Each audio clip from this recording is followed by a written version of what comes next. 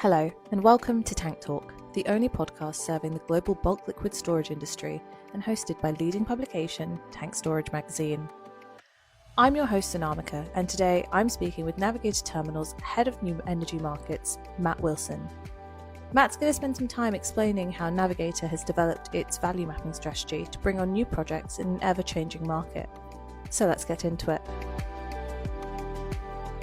Oh, thank you. So the last 3 years at Navigator has been actually quite a journey as we've tried to highlight where there's any opportunities across emerging markets or particularly in our liquid bulk storage business. So we looked at an awful lot of time looking at the sustainable aviation fuel market and also combining that with the traditional jet market.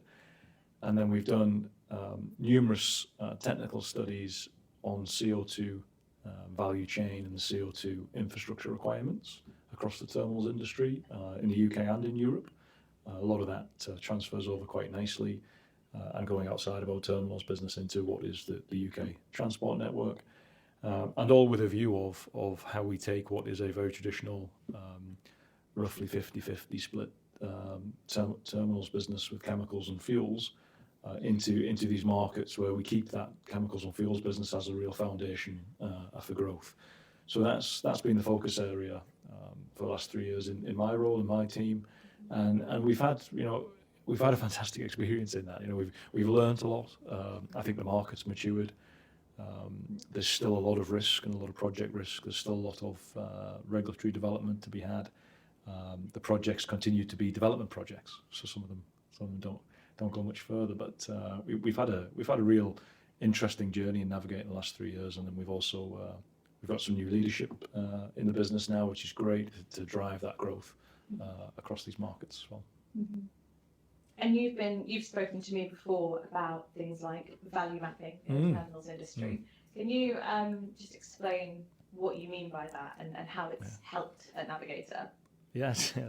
So I joined Navigator from a different industry, from a process technology industry, and part of that was really around understanding our role in this market that may or may not develop in the future. Mm-hmm.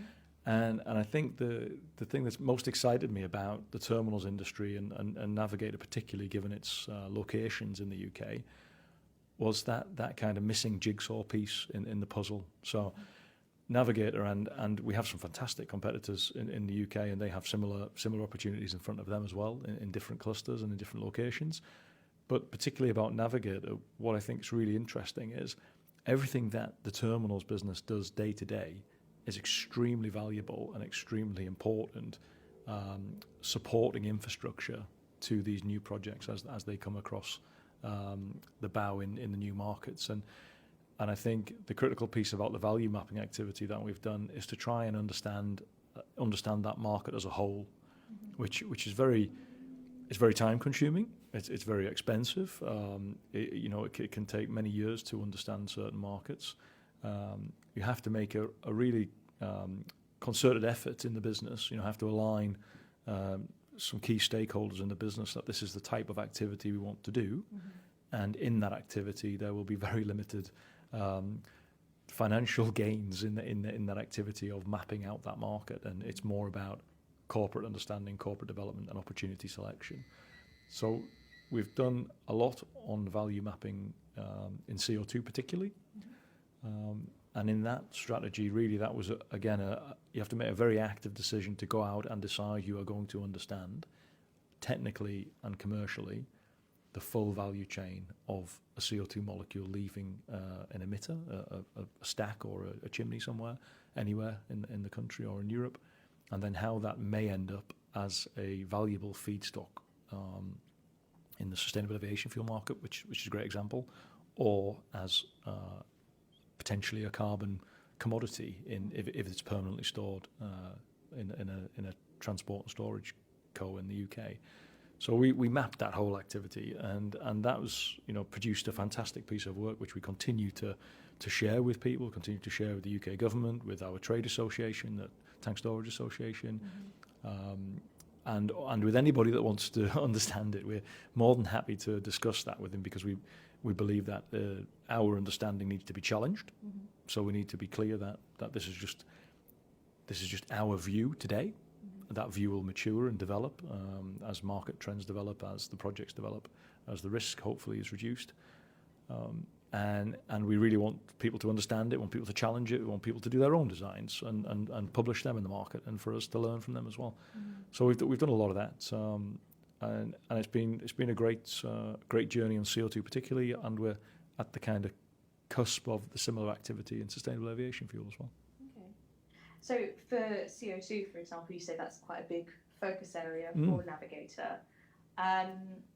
What kind of can you share what kind of projects you're working on, and sort of how that value mapping has kind of maybe resulted in hopefully some good news for Navigator, some good opportunities? Yeah, so we have a project in development, the CO2 terminal at our Teesside terminal at Seal Sands, and that project is very advanced. So that's through planning. We've done some design work on that. We've entered the UK cluster sequencing competition as a contender for an aggregation hub or a terminal, and the whole idea of that project was on the back of that value mapping, where we identified very particular areas of that value chain that, in theory, the emitter was not going to take responsibility for, and the store was not going to take responsibility for, and there was a big gap in the middle. And in that gap, if you asked me as a terminal today, we would have only filled part of that gap. So we would just fill the storage, if you like, so the liquid storage, if we liquefied the CO2. And what we did in that whole process is map all of that value chain. So from emitter, through conditioning, through liquefaction, through loading on rail cars or in ships, through unloading, through boil-off gas control, through bulk storage again, and potentially regasification. And we mapped that energy and mass transfer balance across that system. And then we identified areas where we think we could play a really key, valuable role. And critically areas where we don't think we could play a role, and where other people could play that role better or are more appropriate to manage the risk of that role. And then we developed a terminal on the back of that, and we're taking that terminal design to our London terminal and to our terminal in Wales. That's exciting. And with that, I suppose, as you say, there's a bit of risk involved in sort of developing projects. Obviously, there's quite a bit of financial outlay, I would imagine, as well. How do you convince the different stakeholders to actually push forward with these projects? Yeah, I think it's a great question, and capital across all businesses, and particularly development capital, is a very careful thing to manage across businesses in general. We have a fantastic operating business which has its own capital requirements for maintenance and repair. We have great long-term customers backing the terminals business, which generates the investment that we need to develop future projects. But to your point, these projects are developed at risk. So the money that we've spent on the CO2 terminal today is money that we will not get back. And that is to understand the market or to understand an opportunity that we want to continue to develop. But when that amount of development capital is relatively sensible and quite small, and you can do a lot of in-house work, then I think the eye is on the market development, and the eye is on the prize in 2, 3, 4, 5 years' time, where we can agree as stakeholders in the business that that's a market we want to have a key role in, and then work back to how do we get to that role, and inevitably you have to spend some development capital, and you have to do some design work, and that's fine.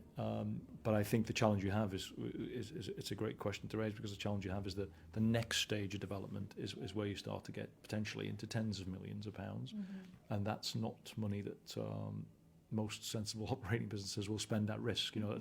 It's a lot of money, and I think the challenge you have, unless you see a market that is developing in front of you, or is mature enough, or can support your project, or there's enough different players in that market that can take the space of an emitter if that emitter fails, or that emitter project doesn't progress, then you start to get to a bit of a stalemate, really, and a bit of a hold on projects, and things can start to get put into kind of the hold phase of a project, which can last for many years, unfortunately. So it's a very delicate balance between maintaining momentum, maintaining a developing project, and managing the cost of developing that project. So because my time is assigned to developing this business and developing projects, and the team's time and all the engineers that we have, the legal support, the finance support, strategy support, PR communications. There's a whole raft of support to developing projects. Yeah. And in that whole phase, I suppose, what would be the key challenges that you're facing? I hear permitting a lot. Yes, yeah. So the terminals industry operates in a very, it's a heavily regulated market and a very tightly controlled operating envelope, and rightly so. The market that we operate in we have all sorts of products across the terminals business, and it's vital that we maintain the process safety of our operations, and also protecting the environment and our stakeholders. The challenge you have in terms of trying to thread the needle through developing policy, through market opportunities, through the planning and permitting process, and through regulatory approval. And all of those activities, sometimes, the stars will align, and all of those activities will be, well aligned with their objectives and well aligned with their decision-making timelines and things like that, and your project will run quite smoothly. But a lot of the time, and if we take CO2 and SAF, it's a prime example where there is, some fantastic government policy, some real, proactive, market-leading policy in Europe and in the UK. But ultimately, if I want to build a tank in the middle of my field at Teesside, I have to enter either the local planning process through town and country planning, or if it's big enough and requires enough power, or the pipeline's long enough, more of a national level planning application, which can be a significant amount of activity, a lot of time and a lot of money, years of activity potentially. So we took our planning application, and we can talk in detail about it, but we took our planning application all the way through the pre-application and local planning, and that was nearly a year of activity. So you have to consult with all of the regulators, Natural England, Environment Agency, HSE, MMO, just to name a few, all of your neighbours, etc., and you have your design challenged, which is the right thing to do. Listen to the concerns of the regulators, maybe do some redesign, and there's some very fair concerns around construction noise, nesting birds, damage to the environment, the habitats, etc. All these things need to be considered in your construction strategy. And that to get to that point, you have already spent a significant amount of time and money on design, and you may have to go back and re-engage your design contractor to modify your design.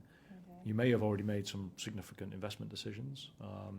In parallel, you're trying to develop commercial contracts to support your project. So you end up you're in a kind of 10-horse race, and you're trying to bet on all of the horses at the same time to try and get the project moving. And it's an amazing. I really have a lot of respect for people that manage to push their plans all the way through the planning and permitting process, because it's an amazing activity.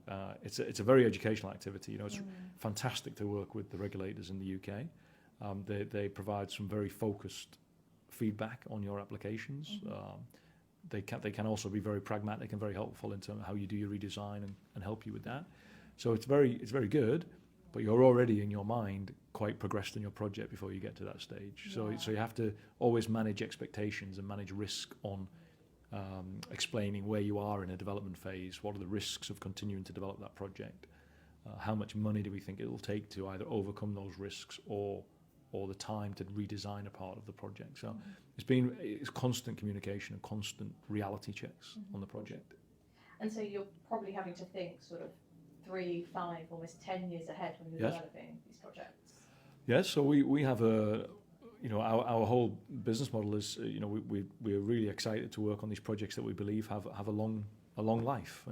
10, 15, 20 years is fantastic in terms of an operating or a production plant. These people who are designing sustainable aviation fuel projects now will have a 20-year view a 25-year view of their production, and we want to really design very efficient and very smart wraparound infrastructure to support those projects. Same on CO2. If you have a energy from waste plant or a biomass plant or or a power plant with a carbon capture project, you've got a long-term view of that project operating, ideally 15, 20 years. And we want to do the same on our infrastructure. We want to design it, so it takes up just enough land, so it requires, just the right amount of permits, and jetty occupancy and rail paths and everything. And just try and be very careful in that process, that it's not over-designed, it's not too complicated, it's not going to have a challenge in it. So for us, it's trying to take a market view longer than 10 years. Which is a bit of a crystal ball game, as you can imagine. But again, the policy assistance really helps that decision making, because if you believe a market will develop due to regulation or policy, and we see a couple of key themes across Europe in terms of ETS and carbon trading as well. So if we believe that those markets will develop, then we hope that the infrastructure around those markets will be needed as well. Okay. And so is that the sort of the goal for what you've been doing with the value mapping then, is to kind of be ready for those sorts of like EU ETS and other regulations? Yeah, I think for us it's just to identify, and we're doing a similar activity across biogas plants, across other aspects of the business, where we try to find markets that will develop to complement our existing operating experience, complement our existing locations or future locations that we may want to work in, and look at our existing business where we have 220 highly skilled colleagues, highly experienced in operating terminals. We have a lot of land available to develop in really complicated planning and permitting and regulatory environments. We have power, we have network supplies, we have jetty occupancy, we have rail connections. If you looked at the kind of freedom to operate and freedom to grow our business, it's got quite a lot of freedom to grow, and that's a fantastic position to be in. So we want to make sure that we identify markets that we think are going to either we can play a key role in, or that we can develop along with the market that's hopefully developing in front of our eyes. And that's got some very strong regulation, some strong policy support, some great counterparties, and then we can deploy our capital to develop those assets. So we haven't really ruled any market out.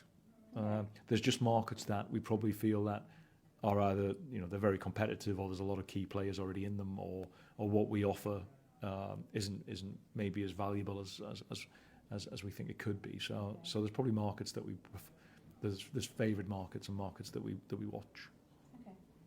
And what would you say that other terminals can maybe learn from your value mapping strategies and what you've been able to implement?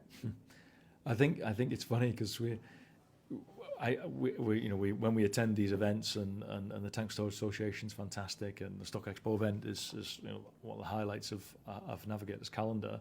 And partly, I sit on these panels, or we talk to our competitors, or we talk to people in the market, the suppliers, and most of the time I'm kind of laughing or smiling, saying to people, explaining, how valuable I think their role is in this space. And I think a lot of the customers, they're probably in well-established, mature markets, gasoline, diesel markets, like we are.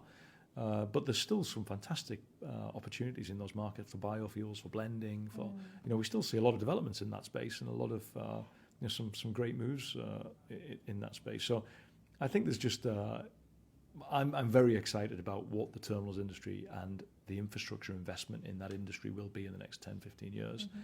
And I think across Europe it's fantastic as well. And even if you talk to us, or we explain to the market or to our colleagues how we've developed these projects, what we've learned, what we would do differently maybe, and how we would try and manage expectation or manage risk.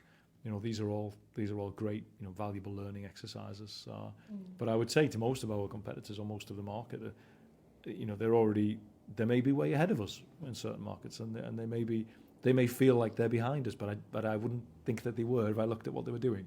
They've probably got some strategic opportunity that we don't know, or we can't see, or they're in a great location, or they've got great customers around them. But even where we're located, we're constantly finding new opportunities within 50 miles of our terminals. We're constantly finding that. So I think it's really just a constant effort to do the legwork and be in the market But that's the best part about business development. Yeah. That's the best part about trying to find those opportunities. Something you enjoy then? Oh, I love it. Yeah, I love the. That's the best part about the job. Yeah, it's finding the next market or the next customers and continuing to hunt for that business is definitely the most exciting part of the job. Good. It's refreshing actually to hear such a positive outlook as well on sort of the UK and the wider European market, because I think the news has been fairly grey. Is that the word? Yeah, no, I think it's a fair reflection as well. You know, on European chemicals market or on energy prices or on taxes. You know, business rates and things like this. You know, there is some fair concerns. You know, in the market and we watch all those assumptions as well, and we constantly track the market trends as you'd expect, and with the market data and everything, we try and make the decisions what we're going to do next, But ultimately, for the likes of a Navigator, and I'm sure our competitors would say the same thing, our number one priority is the safe operation of our terminals today. So there's nothing really much I can do about EU ETS as the business development or new energies gentleman in Navigator Terminals. So that we can monitor it, we can comment on it, we can feed back into policy documents. But there's very little I can do personally or as an employee. So we need to focus on what we can do, on what the priority is in terms of safely operating the sites, and also as well continues to work with our customers and understand their concerns and their opportunities, and be as close as we can to our customers, which again, I'm sure all of our colleagues across the industry are doing the same thing. But there is some fair concerns, and we are equally as concerned about those as well. Okay, yeah. And it's a good point that you say that safe operations is number one priority. It's all very well kind of making all these new projects, constructing new terminals, but safety is absolutely key. I mean, are you implementing any kind of future-proofing or any sort of digitalization that might help enhance that? Yeah, so it's really the CO2 terminal and SAF projects that we're designing right now. You know, when you design them in 2025, they look a bit different to how we designed them in the 60s and 70s.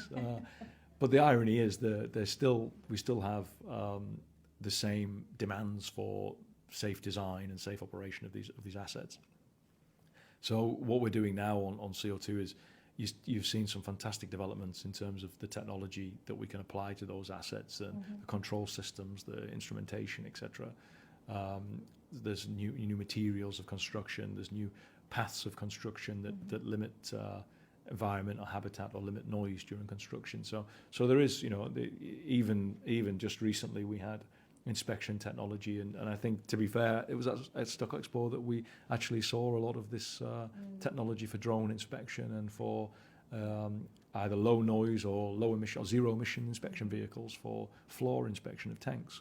So we're continuously looking at that and watching that space and trying to implement it if we can, especially if it saves time, saves emissions.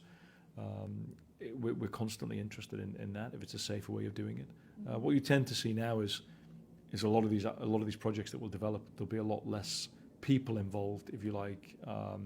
There'll still be the construction jobs. There'll still be the operations role, but we can expand our terminal footprint quite dramatically in the existing structure that we have and the existing operations and control room that we have. That's the beauty of a business like ours, where we can expand quite quickly and still use what we have.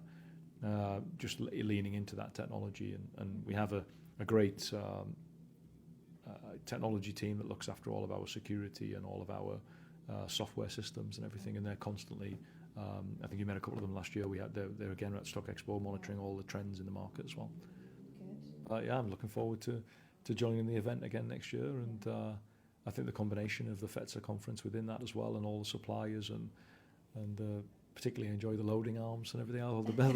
I think it's we get to go and play with all the equipment that we see every day on site. So I think it's really a fantastic event, and congratulations on that, and really appreciate the opportunity to come to it. And thank you for listening to Tank Talk. Follow us on LinkedIn and Spotify, or wherever you get your podcasts, for regular updates and the next edition. And you can sign up to our free weekly newsletter at www.tankstorage.com. That's www.tankstorage.com. See you next time.